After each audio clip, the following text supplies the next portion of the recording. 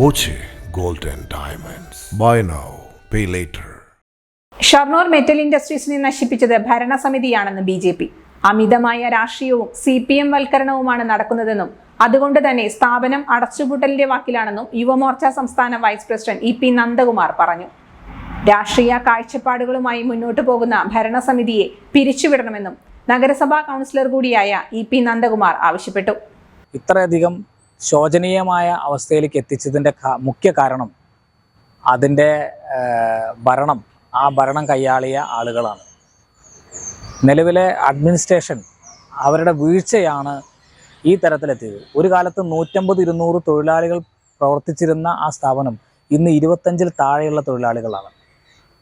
ഒരുപാട് പേരും പ്രസിദ്ധിയുള്ള ഷൊർണൂരിലെ കാർഷിക ഉപകരണങ്ങൾക്ക് അതിൻ്റെ മാർക്കറ്റ് കണ്ടെത്താൻ അവിടുത്തെ ഭരണസമിതിക്ക് സാധിച്ചില്ല, അല്ലെങ്കിൽ ഭരിക്കുന്ന ആളുകൾക്ക് സാധിച്ചില്ല.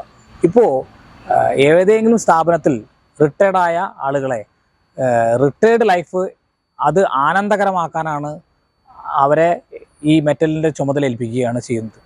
അതായത് സർക്കാരിനോട്, പ്രത്യേകിച്ച് ഇടതുപക്ഷ സർക്കാരിനോട് ചായ്വുള്ള ഏതെങ്കിലും ആളുകളെ അവർ റിട്ടയർഡായാൽ ഉടനടി അവരെ ഇവിടെ പിടിച്ച് കുറഞ്ഞു നിർത്തും.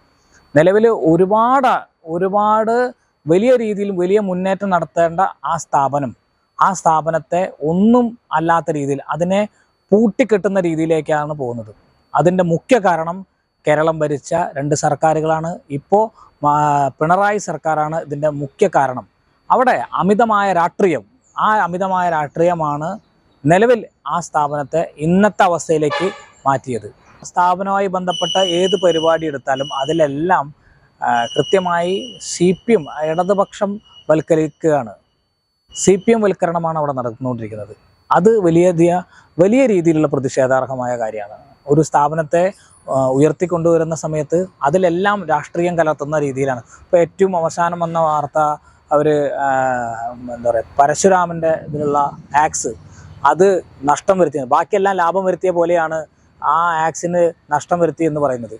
അത് വളരെയധികം ഒരു സ്ഥാപനവും ഇത്തരത്തിലുള്ള ഒരു ആക്സ് ഉണ്ടാക്കിയിട്ടില്ല. അപ്പോൾ അതിൻ്റെ മാർക്കറ്റിംഗ് അറിയാതെ ഈ നിലവിൽ മെറ്റൽ ഇൻഡസ്ട്രീസിൻ്റെ പ്രൊഡക്ട്സിന് നല്ല രീതിയിൽ വിപണിയുണ്ട്. ആ വിപണി കണ്ടെത്താൻ അവിടുത്തെ ഭരണസമിതിക്ക് സാധിക്കുന്നില്ല. അതിൻ്റെ പരാജയമാണ്. ആ പരാജയം മറച്ചു വെച്ചുകൊണ്ടാണ് ഇന്നത്തെ ഭരണസമിതി മുന്നോട്ട് പോകുന്നത്. അതിന് ഇത്തരത്തിലുള്ള അമിതമായ രാഷ്ട്രീയ കാഴ്ചപ്പാടോടുകൂടി മുന്നോട്ട് പോകുന്ന ആ ഭരണസമിതിയെ പിരിച്ചുവിടണമെന്നാണ് BJP ആവശ്യപ്പെടുന്നത്. റോയൽ സിൽക്സിൽ നിന്നും പർച്ചേസ് ചെയ്യൂ, നറുക്കെടുപ്പിലൂടെ നേടൂ 5 ഭാഗ്യ ജോഡികൾക്ക് 4 ദിവസത്തേക്ക് മലേഷ്യ, കോലാലംപൂർ വിദേശയാത്ര. Royal silks, royal junction, TB road, Ottapalam.